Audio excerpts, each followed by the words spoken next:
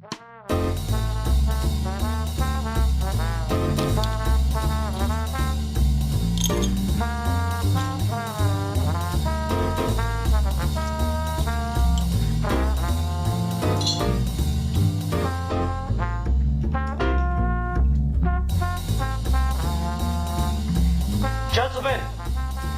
the time has come once again to discuss things.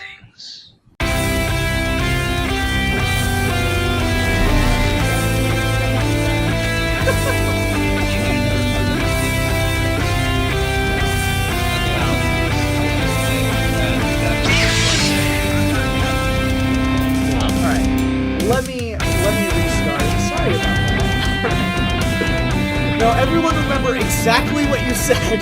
Okay. And repeat it word for word. Anyway, so hi everyone, welcome to another episode of Geeky Gentlemen. I am Sid2, and I'm a huge fuck up because we got like 2 minutes into an episode and I realized I wasn't recording right. So joining me today is Steve Baxi and Ruben, aka the Comics Kid. Hey guys.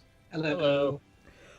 So Ruben is joining us because Rasco is taking some time off from the show for at least the next couple months to work on a personal project. I've not been given the okay to tell you what that project is, and Rasco's not on many forms of social media, so good luck finding out. But insert clever joke here. Yeah, but hopefully he will return to the show at some point. But in the meantime, filling in for Rasco will be the Comics Kid. So thank you very much for doing that, Ruben.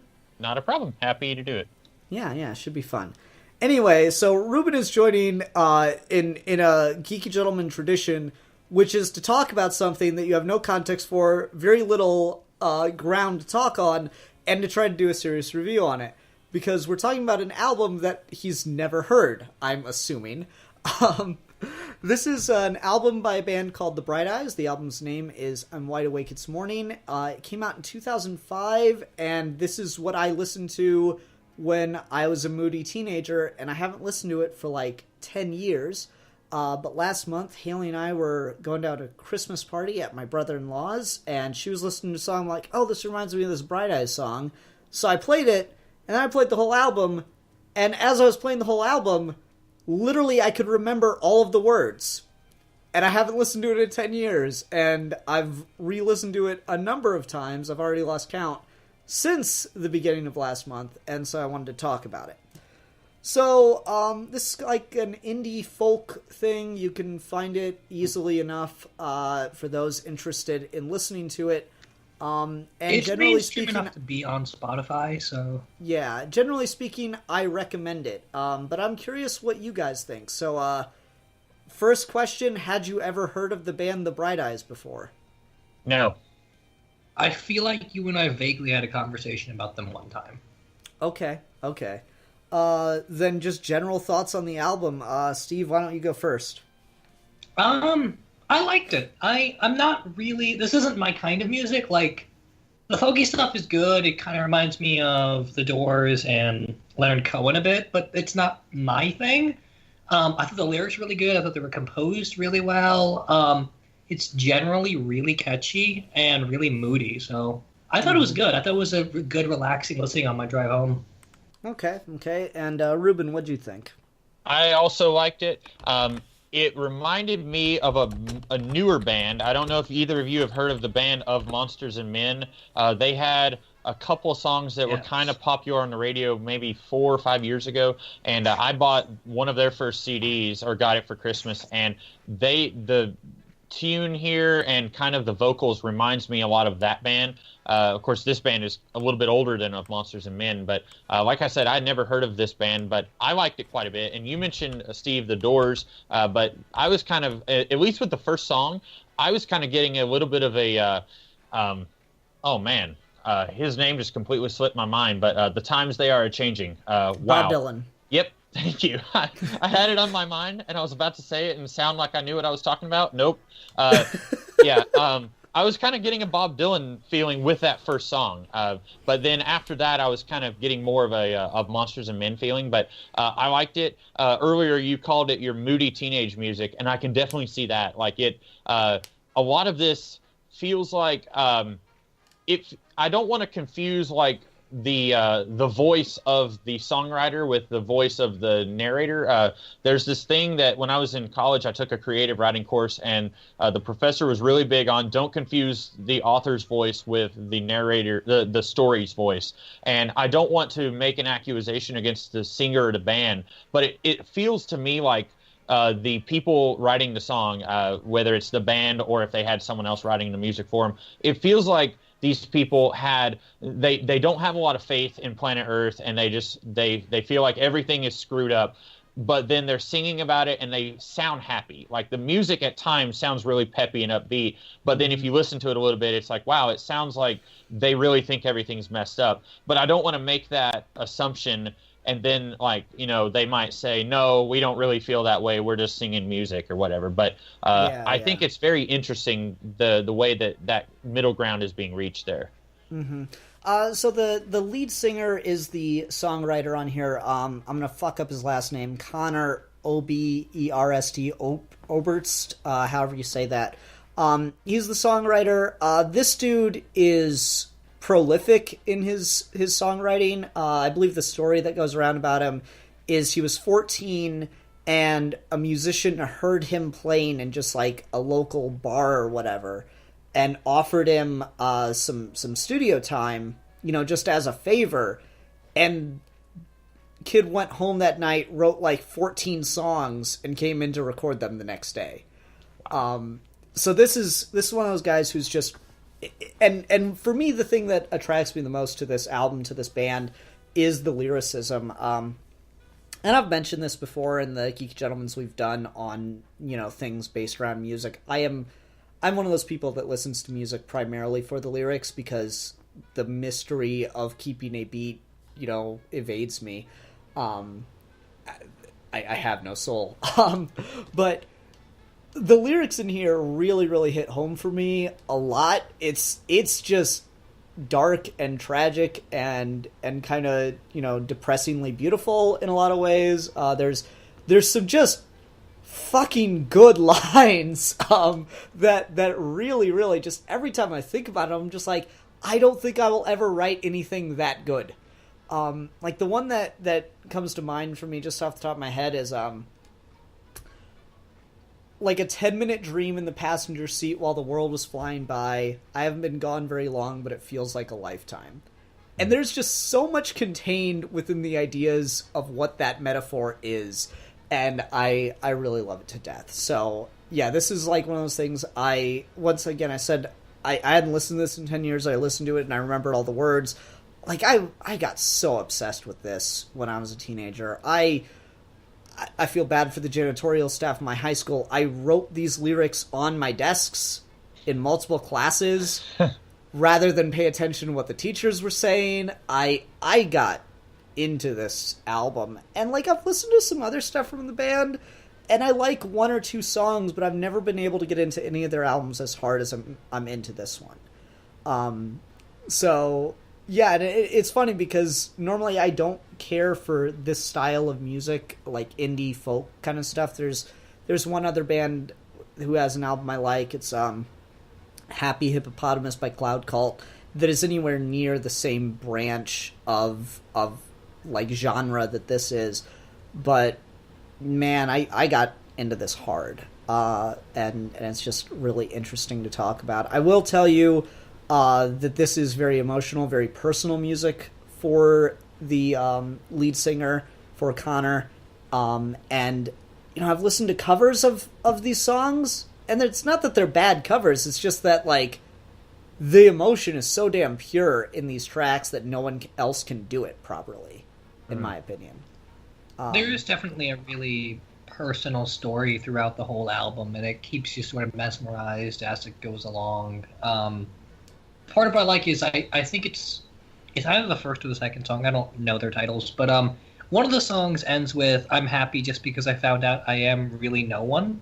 Mm-hmm, that's the first song. Okay, yeah, that's the first song. So and I love how that sort of figures in and builds the rest of the album. And there's a lot of dark stuff, a lot of personal stuff, a lot of emotional stuff, but it is very much a clear self-discovery story, and it works in this style. You mentioned Bob Dylan, but also kind of a Johnny Cash sense of, like, it might as well be spoken word at some points. I mean, that's one of the things I'm really impressed by with it is there's very little to almost no rhyming in this. Like, it feels like when there is a rhyme, it's by accident. Mm-hmm. And that's something I find really impressive. Like, he'll sometimes slant the words so they go better together, but there's no direct rhymes for the most part. And, like, that, it just reads more like poetry to me at that point. Do you have a favorite song from this?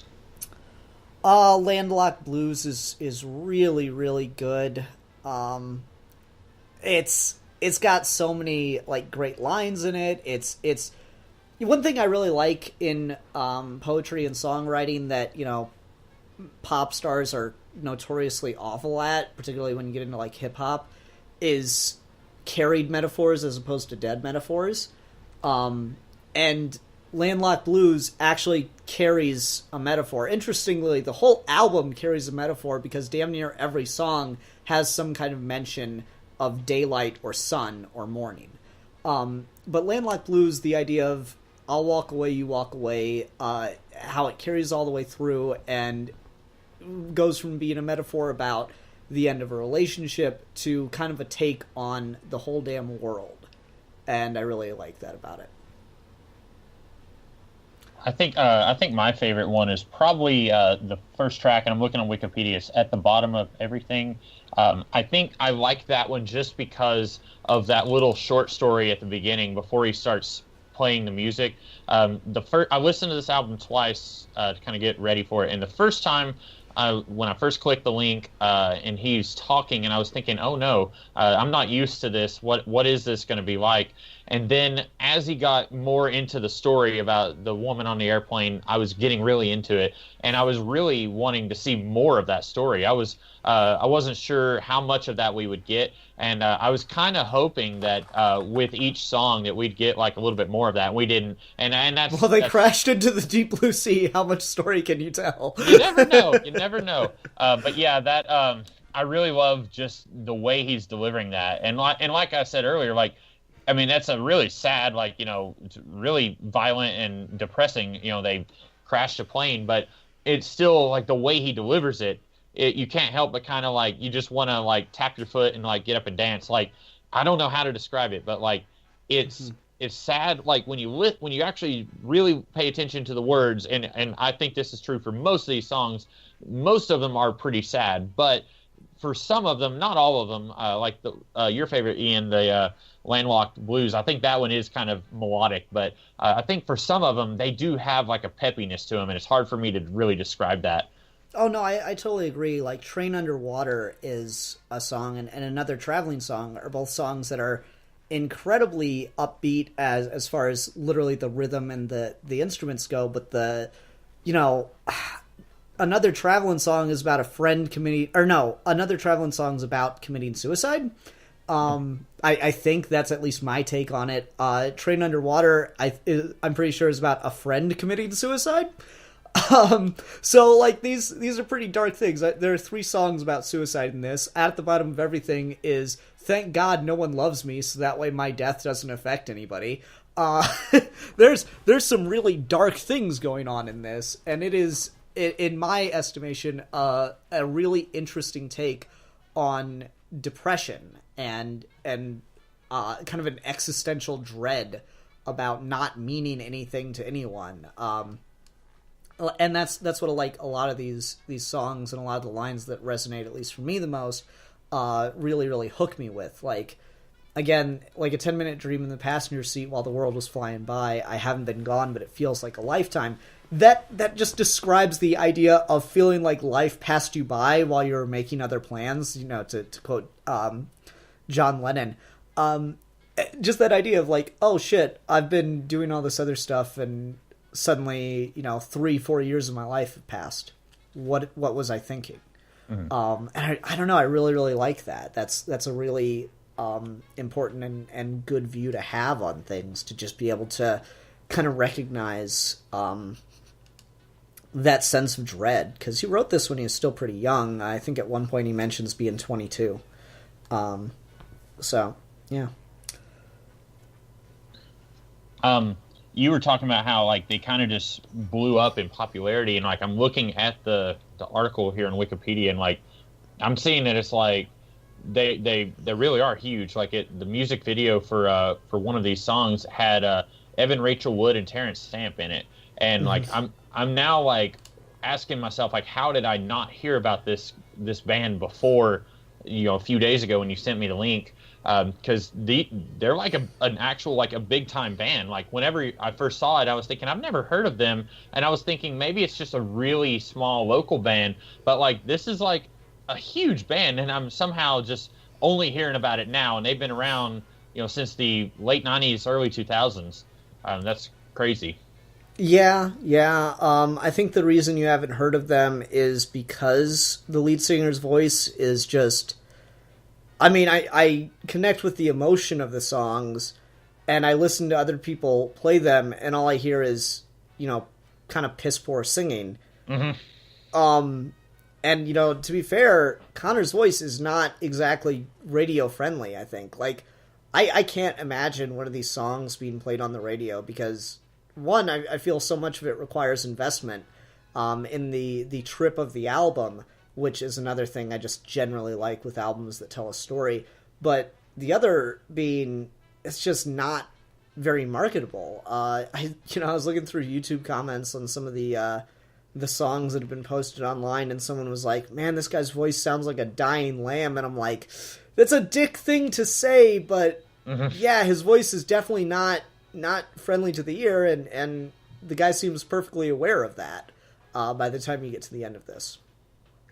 Yeah, and that also could be, you're saying, you know, you can't imagine these playing on the radio. That's possible that's why I haven't, because most of the music I'm familiar with is on the radio. I either experience something through like the radio, or if it's a band that I've heard a few songs on the radio, then I will seek out some of their other music that's not on the radio. Like one of my favorite bands is Blue Oyster Cult, and you will hear 3 of their songs on the radio, but then they have a good 10 or 15 other songs that you never hear on the radio that I really like. Or I will hear a song on a TV show and I'll really like it and I'll look it up. And that's usually how I discover music. So, like, if it's something that they didn't play on an episode of Buffy or whatever, or, you know, I didn't hear it on the radio, then chances are I've never heard of it before. Yeah, I'm pretty terrible about that, too. Like, I find a lot of bands that no one's ever heard of, and, like, no, I don't want to be a hipster here. I would like more people to hear of these bands that I actually enjoy, because I think pop music's awful. I don't know. Steve, you've been a little quiet. Why don't you take us somewhere? So you mentioned that you, in particular, like how the story of this works, and that most albums in general, that when they tell a story, you think they work better.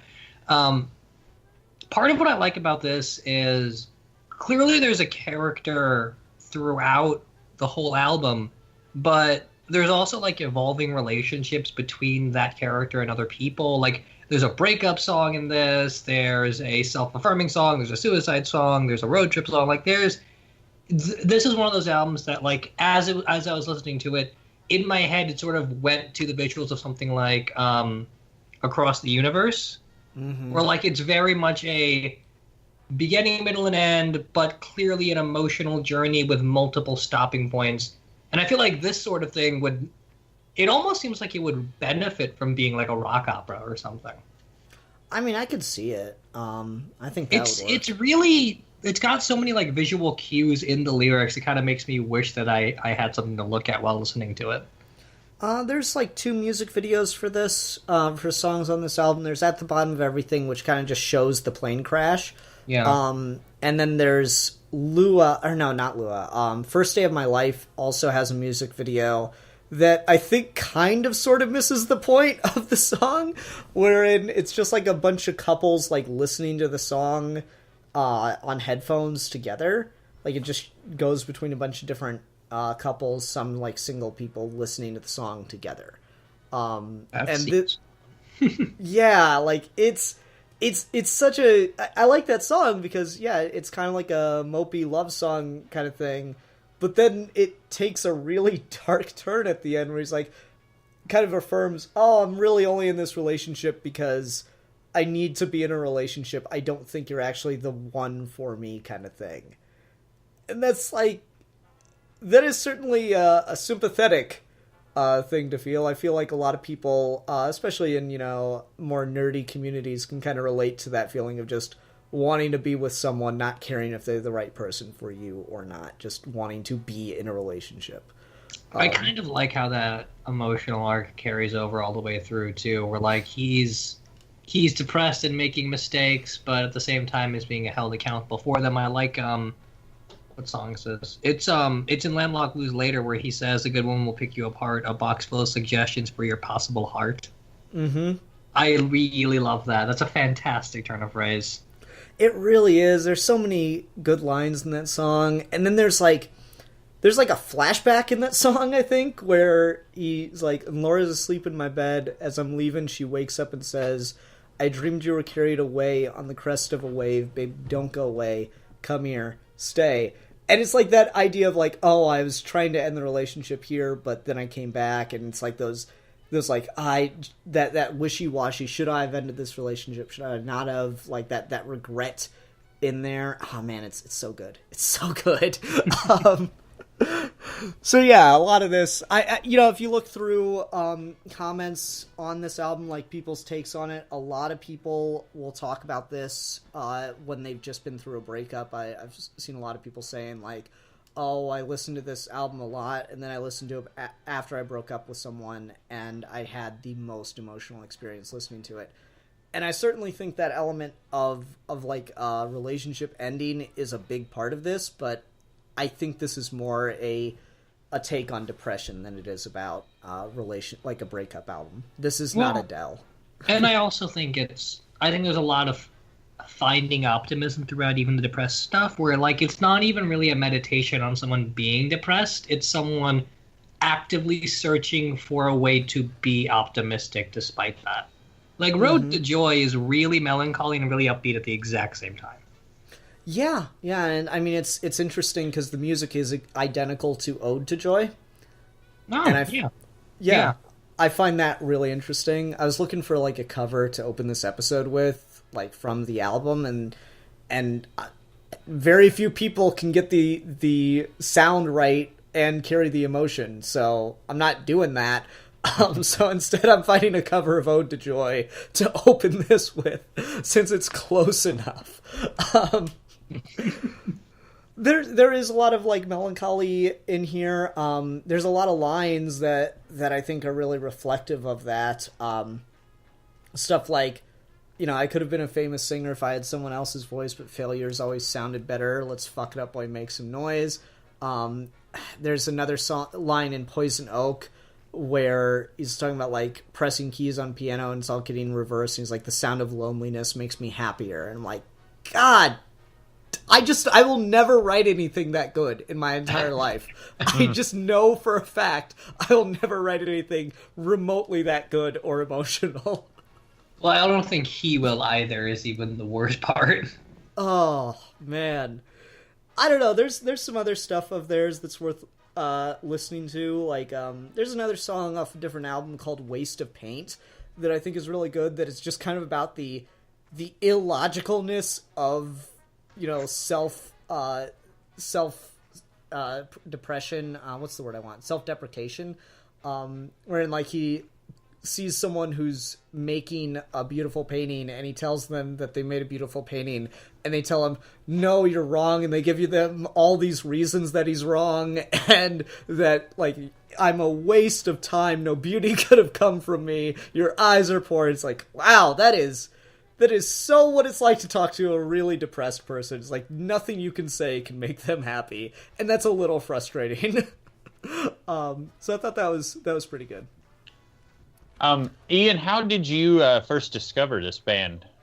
I had a next door neighbor who was, frenemies with, and he and his brother were super into indie rock, just to that ridiculous, like, hipster, pretentious degree, wherein they wouldn't listen to anything once it got too popular, and they played this for me and gave me a burnt CD.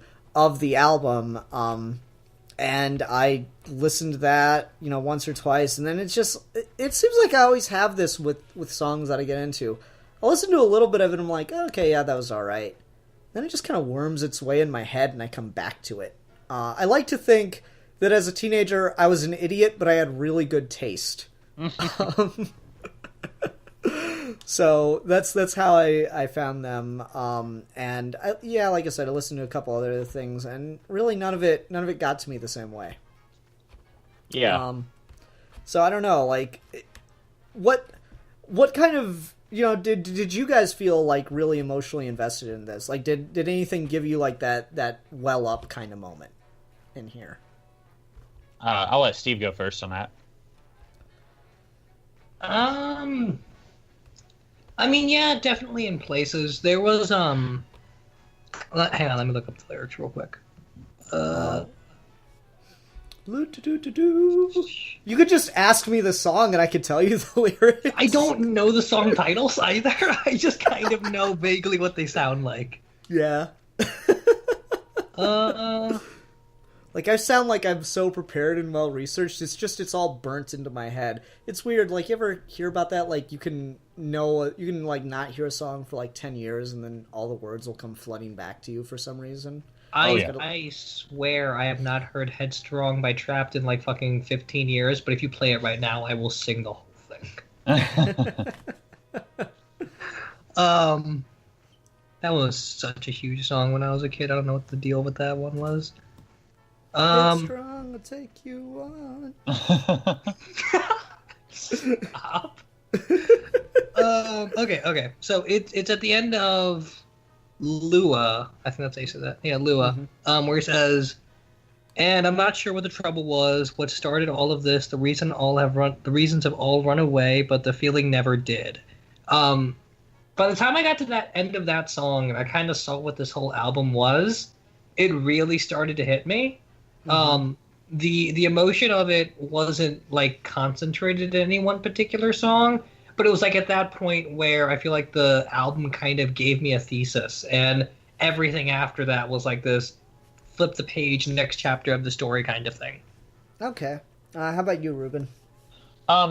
I didn't have as much of a connection with the lyrics as it sounds like you guys did, but I did have more of a... I guess I'm the opposite of you, Ian. I will hear a song, and there are times where just instantly, like in the first 3 seconds of a song playing, I will know I like that, and I want to hear that a bunch. And I won't even have to hear any lyrics to know, I really like the music of it. And sometimes I could just listen to a song to the point where, I could sing the musical part, and then I wouldn't know any of the lyrics. I would have to look it up to be like, oh, that's the lyrics of the song. So I didn't connect with the lyrics as much, but there were a few songs on here that I just liked them a lot, and like I said, I could just listen to them and it would kind of just cheer me up, even if it is a song that's about suicide or a friend committing suicide or something like that.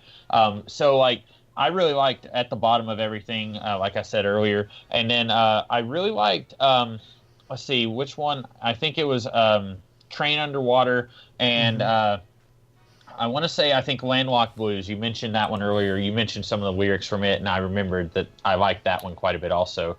But I didn't, and I think maybe part of it, you were saying that this is it feels like this is about maybe the artist or maybe the character that the artist is portraying throughout this narrative, but it feels like they are going through depression, and it's one of those things. I wonder if somebody who does, and I don't know if you'd want to go here with this conversation or not, but I wonder if somebody who does battle depression, if they would identify more with this song than someone who doesn't, because I don't feel like I do, and I feel like, I wonder if that's something that, if you did battle depression, if you struggle with it, if this would kind of resonate with you a lot more. As someone that is clinically depressed, I can back that up for sure. Okay, because it's the more I think about it, the more I am unsure. I make fun of myself for this, right in the beginning of the episode. I'm like, this is my moody teenager music, and I am thinking back on my life as a teenager and just the way I existed. I have gone back and forth so many times wondering if I was just a teenager going through all the emotions, or if I was actually depressed as a teenager, and I don't know anymore. Like, I'm too far away from it to have the right perspective anymore. Like, I remember at one point I got arrested when I was a teenager for shoplifting, and I had to see a therapist in juvie, and she asked me if I felt like I was suffering from depression. I go, no, not really. And she's like, well, what's your sleeping habits like? I'm like, oh, I sleep a lot. I'm actually, I can sleep till like 4 in the afternoon given the chance. And what are your eating habits like? I usually only have like 1 or 2 meals a day at the most. Those are symptoms of depression, right?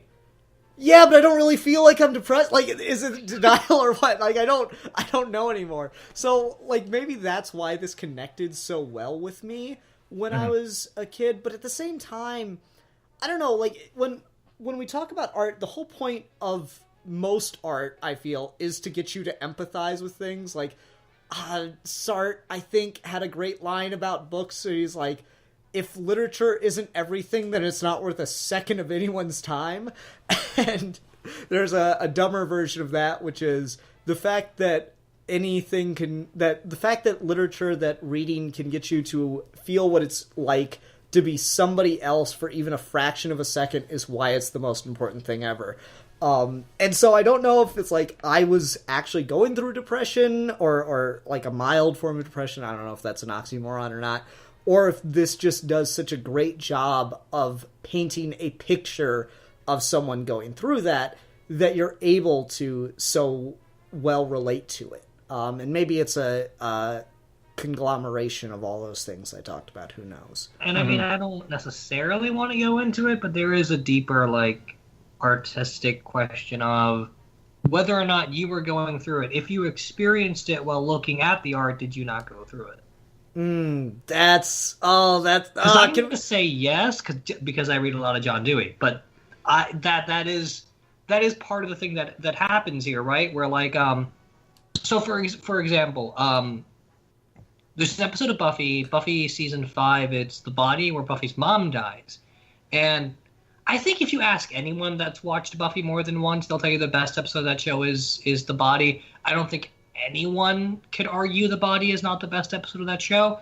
But in that episode, Buffy's mom dies and she finds her body, and like she has to, the first 5 minutes or so of it is her having to reconcile the fact that she has to call it a body. And then there's more of that as the show goes on. But that episode brings me to tears every time I watch it. Obviously, my mom didn't die, but like the series of mourning episodes that follow it also come with me, where like I don't feel better after seeing that episode unless I've watched the ones afterwards where they get through it. Mm-hmm.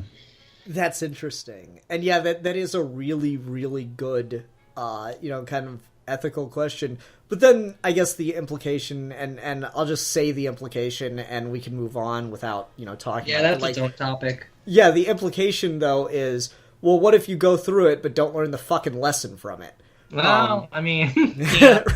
Right? So, like, then can you really say that you... a bit. Yeah, then can you say, did you really go through it? What if you didn't understand the story? But anyway, to get back to the album and its links to whether or not, people with depression identify with it.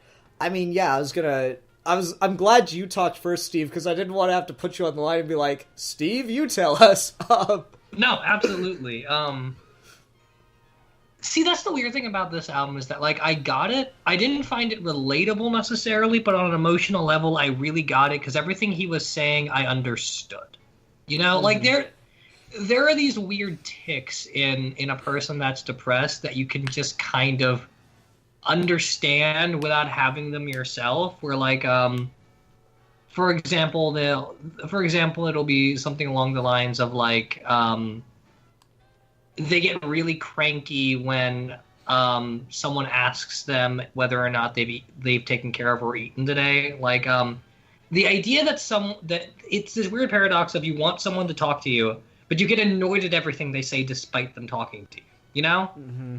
Mm-hmm. And like there are like a lot of these weird sort of tics and episodic things throughout the whole album. Where like I recognize and understand this, even though it sounds dumb.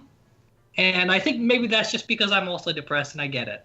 And I can't even like point them out or explain it. it's just sort of, if you are also depressed, you'll get it too. Okay. And see, that's really interesting, because then that means on some level I feel like it was doing its job to effectively communicate what this guy was going through. Oh, yeah, absolutely. I mean, the more and more you understand his mindset, the more and more I think this kind of thing comes alive. I didn't listen to the album more than once, but I listened to a couple of songs more than once, and they get better and better each time because they become more and more clear about what in particular he's feeling. Yeah, I definitely think so. Like, this is one of those things, I listened to this last night, and I listened to it again today, and, like, every time I listen to it, I get just a little bit something more, a little something new out of it. Like, I'd never really made the connection, because I hadn't thought about when this came out, but in Landlocked Blues, they talk about making love with the noise in the background from a televised war. That's a criticism of Iraq. Mm-hmm. You know, this came out in 2005, which means it was being worked on in 2003, 2004. That's just a quick shot at Iraq and George Bush. And like doing some research for this episode, Connor was on a television program at one point doing, I believe it was Road to Joy. And he says, or no, he was doing At the Bottom of Everything. And instead of telling the story at the beginning, he said something to the effect of, "This is dedicated to George W. Bush and Arnold Schwarzenegger, because two men who I admired greatly for their biceps and fascist agenda. 12666." And then he starts the song. And like that's biceps and fascist agenda. I love it. Right? Then he starts the song. It's like, yeah, that's a really biting critique real quick. And you know, we haven't talked about some of the political implications of this. Old Soul Song is probably the most political song on this, as it describes the atmosphere at a protest.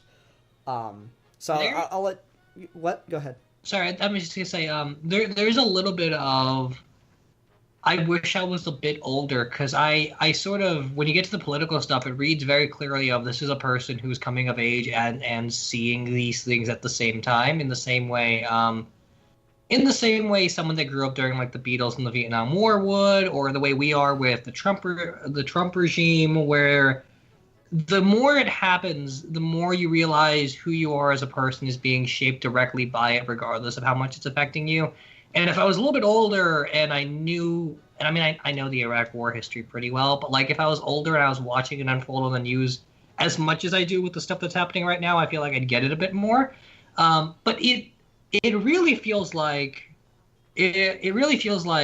this is sort of the more personal, narrative-driven answer to something like Green Day and American Idiot, where that's a great album and a critique of Bush as well, but it's also really vague and punk music tends to do this in general, where they'll pick a social issue and then they'll just sing at the issue for like 10 minutes without ever actually going into any sort of detail about what they're arguing against. And this is more of like that retrospective thing of, it's not necessarily telling you the story of this political issue. It's telling you the story of a person that has to watch it on the news every single day as they're growing up. Yeah, and as it's affecting them. And like I think the most interesting part of the critique against the war is it's just on in the background. Well, and particularly I like the idea of there's a book called Democracy and the Foreigner, which talks about narratives and how they affect our ideas of otherness and stuff. But aside from that, there is a really particular chapter in the very end of the book where the author talks about how political theory is written in a genre that almost all political theory is written as if it's a romance novel. There is a idea of this marriage between politics and people. And it's actually not that at all. It's actually a gothic horror thing of the person, despite themselves, are locked into something monstrous and they have to grow to accept it in sort of a weird gothic horror monster tradition. And that's sort of what I get out of the more political tones of this, of like, it's not trying to reconcile politics. It's a person being completely consumed by the narrative of politics. Okay, and that's really interesting. And so here's another if you'll pardon the phrase, cherry to break on Geeky Gentlemen. Ruben, I know you don't actually get into politics that often in your own stuff, but what did you think of the political implications brought up in this album? I did pick up on it a whole lot. I was also looking on Wikipedia, and I did see that, what you said about Arnold and George Bush. And whenever I saw that this album came out in 2005, I immediately thought, oh, that was a very politically charged time. And I was, let me think, I guess I'm about the same age as you, Ian. I think, about 15 or so when this album came out.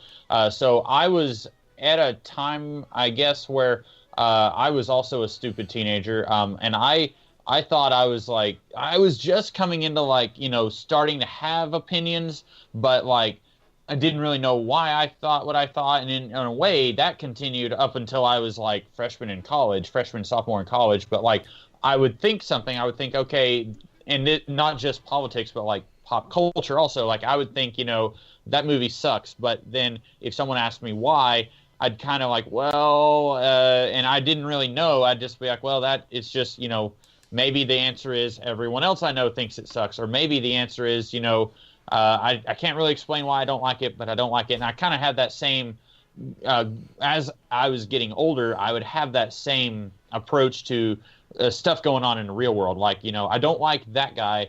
And a lot of it would be like, you know, I inherited certain political views from my parents and my family, and I'd hear them talking about stuff when I was much younger. And so I'd think, okay, I don't like this person because my parents don't like that person, and stuff like that. So that's, and in a way, that's kind of continued to today. I know whenever it's time for me to vote, I vote in the way that I feel like is the right way to go. But I avoid I avoid discussions and stuff just because I know it's just going to make me angry. And I'll see people on Twitter talking about stuff, and it's like, I understand, you know, this is a horrible thing that's happening, or this is a horrible person. But I feel like if I just get on Twitter and rant about it, I'm not going to make it better. So I usually just, the extent of my participation is voting. And like I said, a lot of the lyrics I didn't hear as well as I should have. I really should have just, like, sat down and looked up each song and looked up the lyrics before this. But I probably, it'd be one of those things, like I said, like, when I could hear a song, you know, 15, 20 times, and I would only start to pick up on the lyrics that many times. So it'd be one of those things where I would start to pick up on some of the political nuances the more I listen to it. But I definitely plan on listening to it more. So I will be picking up on that more, I think. Oh, that's good. I'm glad you liked it enough that you're going to be adding it to your, like, your listen throughs and stuff. Mm-hmm. Yeah. Okay. No, and that's totally fair. And I you know, I have that too, where, like, I do this all the time at work, because there's, like, one job that, you know, we rotate jobs day to day at the factory. And there's one job where you're literally sitting all day and you're folding pieces of paper and putting them into a little plastic container. And so it's the most monotonous, mindless thing ever. Mm-hmm. And the radio's on. So you actually get to listen to the radio, and like, that's when I actually start to, like, listen to the lyrics of some of the songs. And sometimes I do it jokingly, and sometimes, like, I have legit serious questions about songs that I know I have heard and have been on the background for, like, years of my life. And now I am just listening to it and going, wait, what the fuck? Like, I did that. This wasn't what I was at. This was back when I was at Goodwill, but, like, I was listening to Lovin', Touchin', Squeezin' by Queen at Goodwill. And, like, I'd heard that song a million times, but somehow I never got that they were saying na na na na na na na na na na in the bridge. I'm like, how did I not get that? But, like, anyway, so yeah, I get what you're saying, where not every lyric hits you right away. And that was the other thing that to take it away from the political stuff. There was something that I did think would be interesting about this discussion is I've listened to this album more times than I can count. And I didn't get the chance to tell either of you what we were reviewing until, you know, a couple days before we were reviewing it. So I know you wouldn't have the chance to listen to it more than once or twice. So I was really curious how much you would be able to take away from it, how well it did in communicating the message that it's trying to communicate on just one or two listen-throughs. And so I'm really impressed that you guys were able to get this deep into it. I mean, it's exceptionally clear in a lot of ways, which is part of why I like it. I think subtlety is good. I think in music, it's not overtly necessary in the way it is in other art forms. So if a song wants to craft a really deep metaphor about fucking cars, then it can. But I'm also more interested in the song that literally says, like, I love this example because it's fantastic and it's really clear. But there's a Straight from the Path song where the first lyric is, every rich white kid has something to say, shut the fuck up. And that's the song. And it's great. Like, there's no subtlety there. It's fine. That's pretty funny. So yeah, I appreciate songs that even that they have emotional nuances like this does. It is exceptionally clear about what the narrative is, who the character is, and what's actually happening. And that the subsequent listens are just to pick up on the layers of that, but you know what you're listening to through and through. Mm-hmm. Yeah, I agree. It's not like one of those things where like you just let the song blare in the background and then start listening to lyrics and like, oh, maybe this is not the best environment for these lyrics. Like, for example, if you work in retail and you know they play the radio all day, you'll really question the arrangement of songs they have in like the company's prepackaged radio of songs. Like they'll have like at my job they have like this assortment of like early 2000s, late 2000s pop songs. And then in the middle of it, there's Heavy by Linkin Park, which musically kind of fits, but lyrically is completely out of left field. So, like, yeah, it goes from fucking Taylor Swift to Heavy. I don't understand, but like, this album doesn't do that. We're like, it's exceptionally clear in what it's about, and if you play it, people get what it's talking about, so you don't have the chance to just kind of let it blare in the background for sound effect noises. That's part of what I like about metalcore and punk songs, where like you can just have them and people will notice what they're about immediately, and you can either tell this is good for this context or not, and they won't just be background noise. Yeah, I agree. And that's another thing where I think so much about this is about the lyrics. And like Ruben, you keep saying that you're not really a lyric guy. I don't know how someone who's just into music and music being the attractor for songs and albums for them, I don't get how someone like could get into this, because to me this is almost entirely about the lyrics, to the point where some of the instruments are more just set dressing. Like I listen to a lot of talk radio and stuff, and they'll, you know, some of the more experimental programs will just put music behind some of the things to keep it like fresh, to keep your attention. And that's what I feel like some of the songs are in here. Like Lua, it's just a strum. It is just a strum the whole way through. It's a 4-chord strum on a guitar or even a ukulele or something. And yet it's just all about the lyrics that he's talking about. It verges on spoken word almost all the way through. Yeah, and so like there's moments, but like, you know, I can't think of a real solo outside of the horn solo in Landlocked Blues. And there's also not a lot of like lyrical repetition either. Yes. Like it's not, there are very few if any choruses throughout these songs. Yeah. Like there are things that are like they take the place of chorus and they have like a repeated line, but the whole structure is different. Yeah. This it's very clearly calling attention to the fact that, or it's very clearly not calling attention to the fact of what it is. Like a chorus is just there to hammer home the image of what you're listening to, and this doesn't have that. Mm-hmm.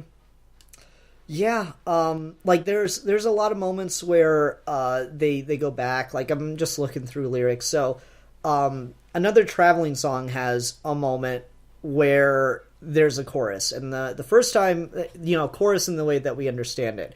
So the first time the lyrics go, so I go back and forth forever, all my thoughts, they come in pairs. Oh, I will, I won't, I do, I don't. I'm not surprised, but I never feel quite prepared. Another brilliant line, by the way. And then you get down and you keep listening to the song. And the next time you get to the chorus is at the end of the song, and it's completely different. It's just to the same melody in the background. So I'll find my fears and face them, or I will cower like a dog. I'll kick and scream. I will kneel and plead. I'll fight like hell to hide that I've given up. Once again, a brilliant fucking sequence of lines. But to your point, Steve, that's not a chorus in the way that, every pop song does it, where, there's how many... Like, I feel like most modern pop songs are just 90% chorus. And it's What's just that frustrating. meme of, I think it's a Beyonce song where they just say cake over and over again? There's an edit that's really, really funny of a Katy Perry song, Firework. And it just comes on, it's like, do you ever feel like a plastic bag, like a plastic bag, like a plastic bag? Do you ever feel like a plastic bag, drifting through the wind like a plastic bag? And it just keeps for the entire length of the song. That's all it is. Bo Burnham has a song, because Bo Burnham's whole thing is that he's a comedian, but he also has a lot of songs in sprints with his comedy.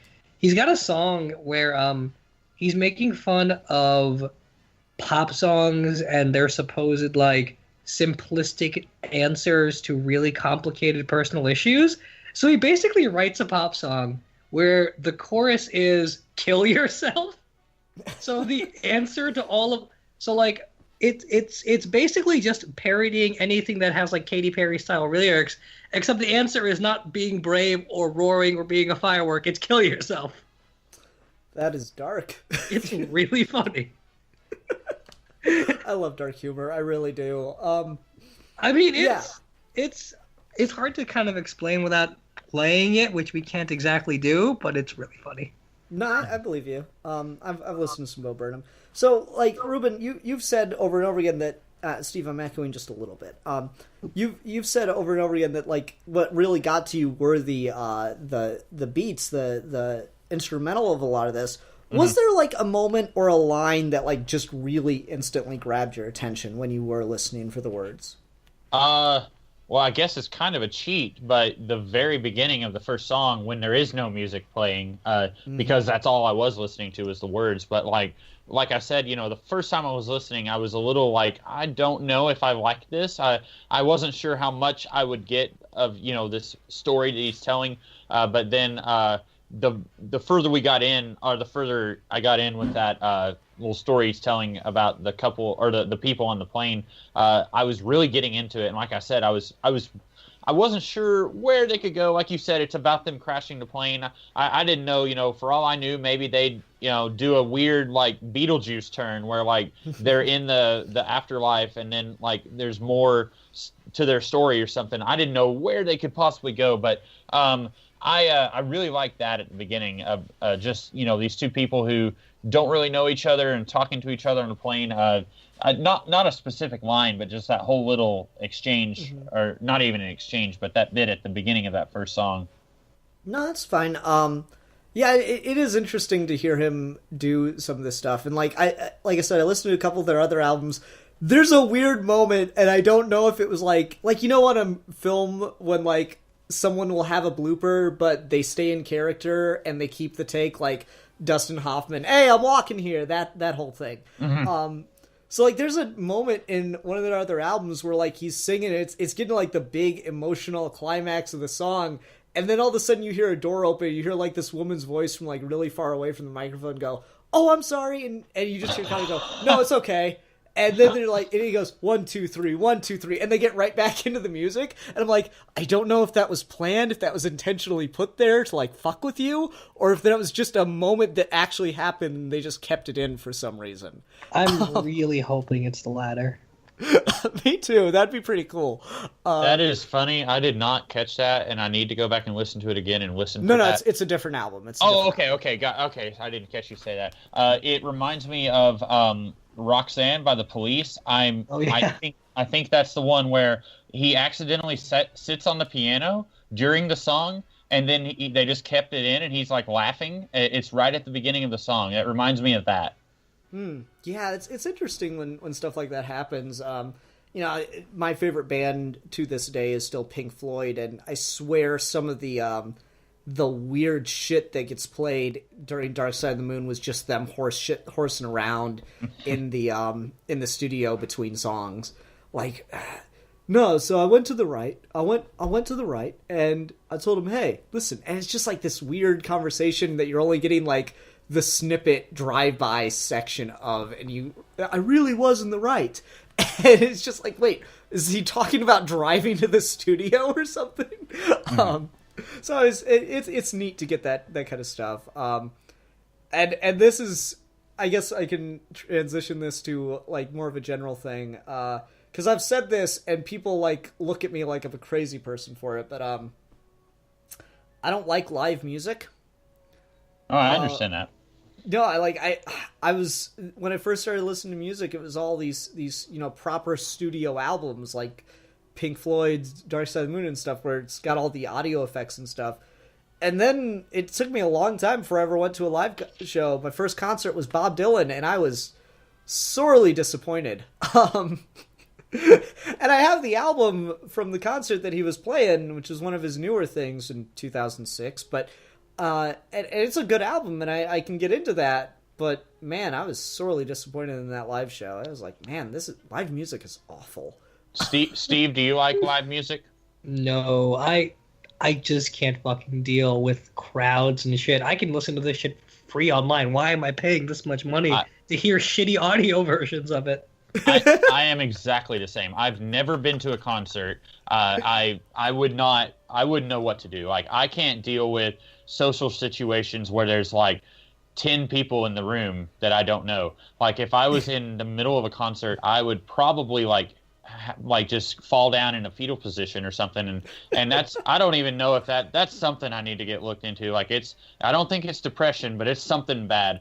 But like that's just like, I'm with you, Steve. Like, if I can find the music on YouTube, I'll listen to it on YouTube. And even if I'm not there at a concert, if I don't know, I'm like trying to think. To a live show or something. Yeah, I don't even like listening to it because I'm still hearing the crowd of 2,000 people like screaming when the band is trying to sing, and I'm just like, shut up! I want to hear the band. I don't want to hear the 2,000 people who are there. So I'm with you guys. The thing that Suicide Squad did is give us an actual studio recording of Panic at the Disco singing Bohemian Rhapsody, because before that you only had shitty camera quality videos at concerts, and I hate those. Yeah, it's literally the only good thing about that entire movie. For me, I think it's Roger Waters who kind of ruined live music for me, because I just remember reading stories about how he'd try to quiet down the audience so he could play an acoustic song, and then people would just be screaming, play this song, so he like spit on a fan, and I'm just like, yeah, fuck that guy, he deserved to be spit on. Yeah, so like I don't know about live music. I could never get into it. I really get off on the whole audio design thing and all that stuff. I love it. There's some like live performances, depending on the context, I can like you'll have like a band do SNL or like a talk show or something that I can get into. Those usually tend to be fine, but those are still professionally produced and everything. I hate most live music. So I don't know if the Bright Eyes are ever going to be touring, but I probably won't go see them.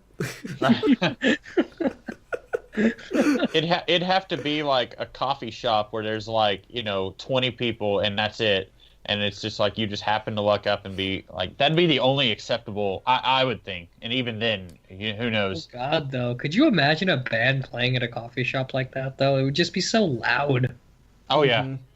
I'm trying to think. I feel like I've been, not like famous bands, but I've been at not a coffee shop, a bookstore that like sells coffee and stuff like that. Like, I've been at places like that, and it's like, this is weird because like I feel like I've been at restaurants too where I'm trying to eat and then there's someone there who's providing the entertainment for the evening, and it wasn't even a fancy restaurant at all. But I'm thinking like, every time the person finishes a song, everyone's clapping, and I feel like a jerk because I'm like the only person here who's here to eat and not listen to this guy play music.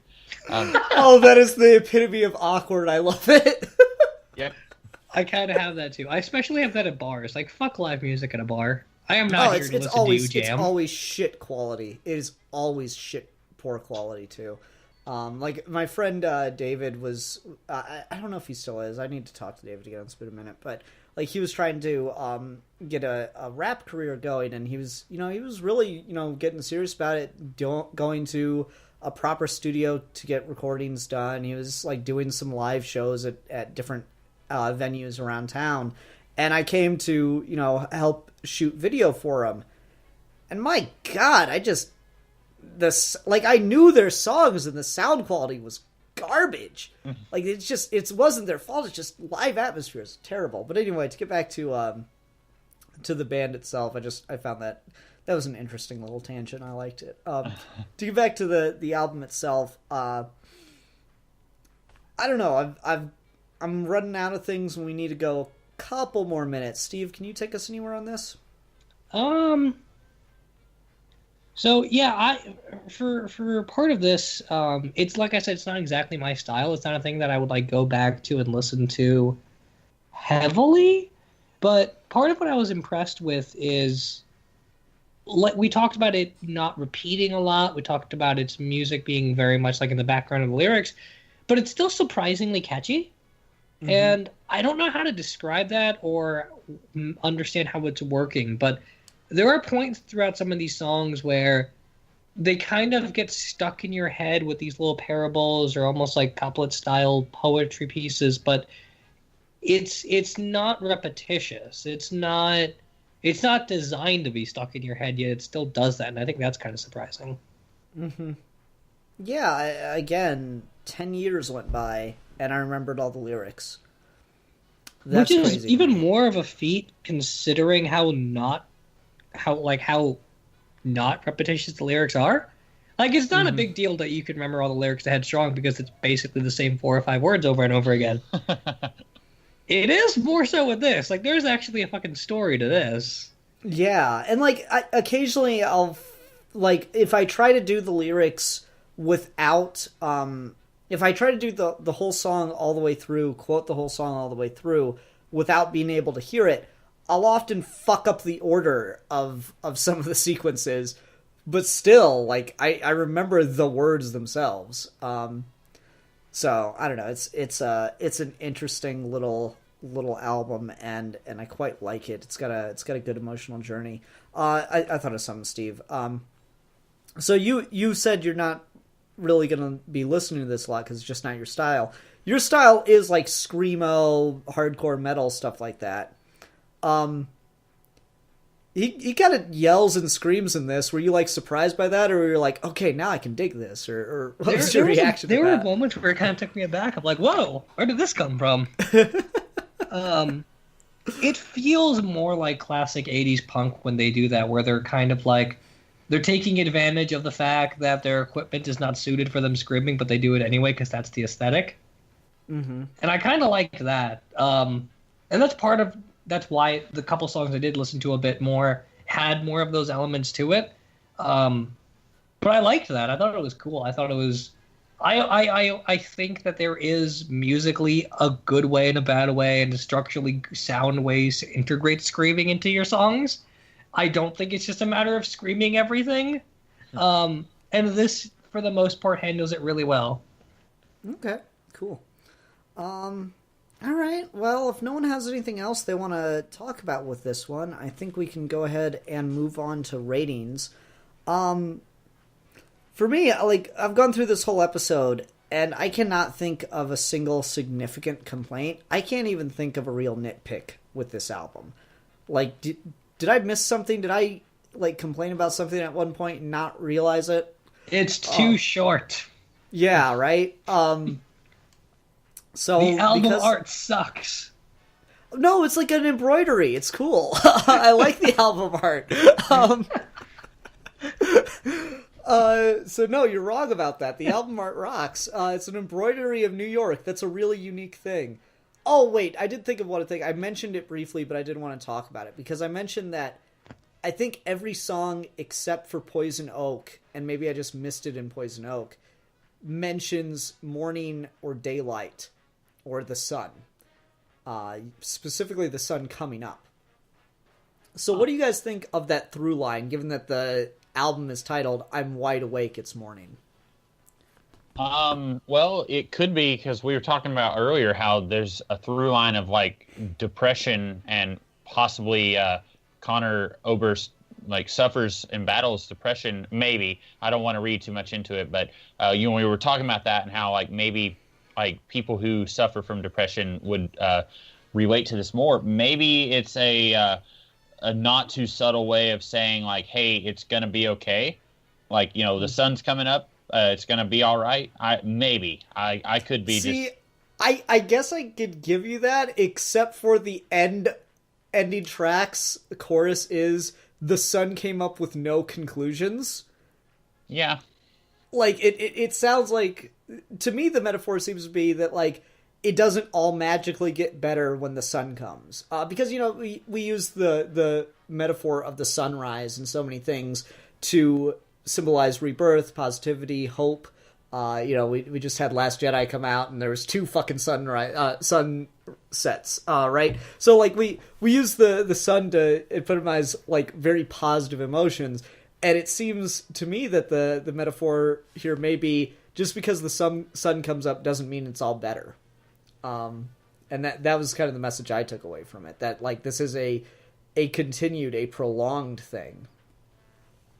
Okay, yeah, kind of the opposite of what I was saying. Yeah, that was my take on it. Steve?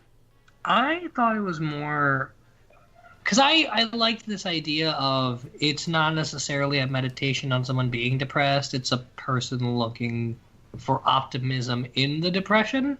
Mm-hmm. And so I like this. I like the idea of the sun doesn't fix everything, and it doesn't mean that you are better or you've gotten better. But in an entire day that is filled with sadness, the sun is still there, and so you still have this thing to look to that could get you out of this, even if it hasn't yet.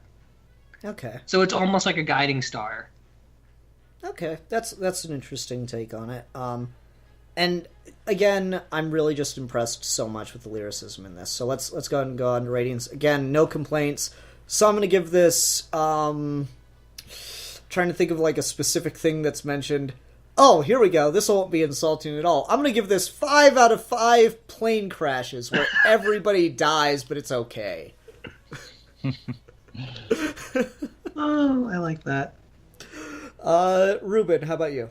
I went ahead and researched what I should do so I wouldn't be put on the spot this time. I am going to give it 5 out of 5 trains underwater. That is the name of one of the songs. I thought that's only slightly better than 5 plane crashes, right? Yeah. It cracks me up that is like that is the coolest way to describe the subway that goes underneath New York City. Mm-hmm.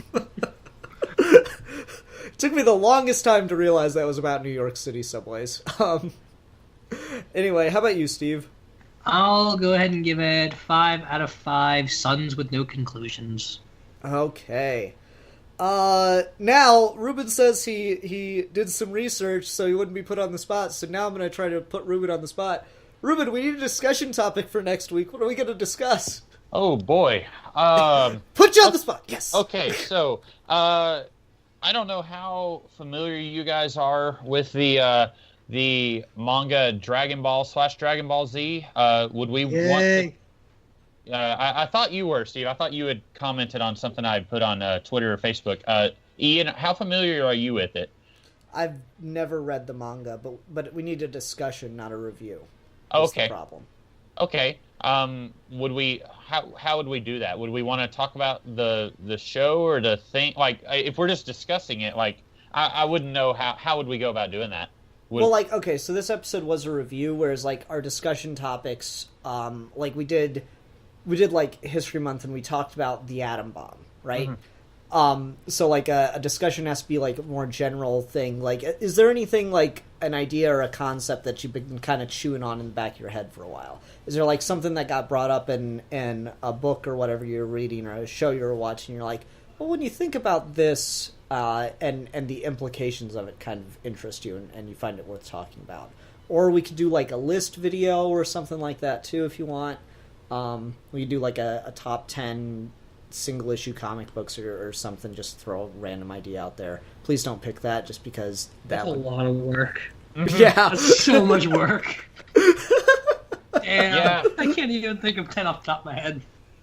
Yeah, and I don't read single issues either. I read trades that are old. And take your time. This will hardly be the first time that someone has been put on the spot to come up with a topic. So take your time to think of it. We can just shoot the shit for a bit, and I'm sure all the listeners will love to hear you squirm. Yeah, yeah. They're there.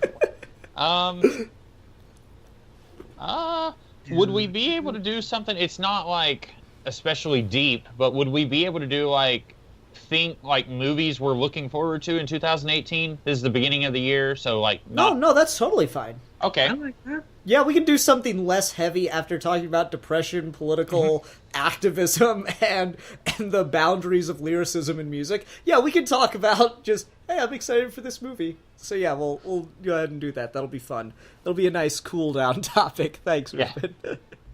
All right, cool. Everyone join us next week for that, and we'll put Ruben on the spot one more time here. So join us then. Until next time, I'm the Philosopher. I'm the Exile.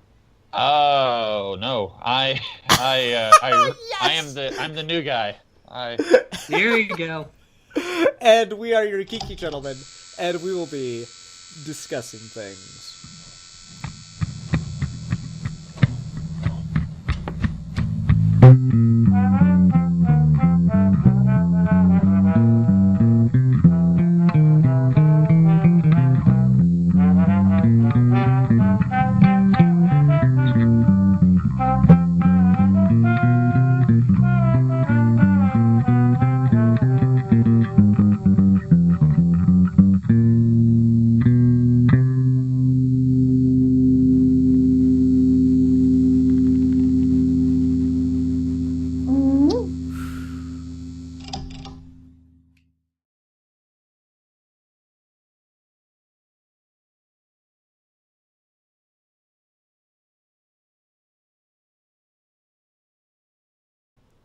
You could have totally just said you were the comics kid and it would have been fine.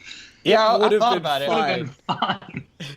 Well, it's funny, like, I did the live thing with all the guests, or the live audience thing, and I was like, right at the end, no, wait, I know how we're gonna just cringe and trip all over ourselves. So everyone, thanks for watching. Until next time, I'm the Philosopher, and then, like, 10 people had to go, and that was amazing.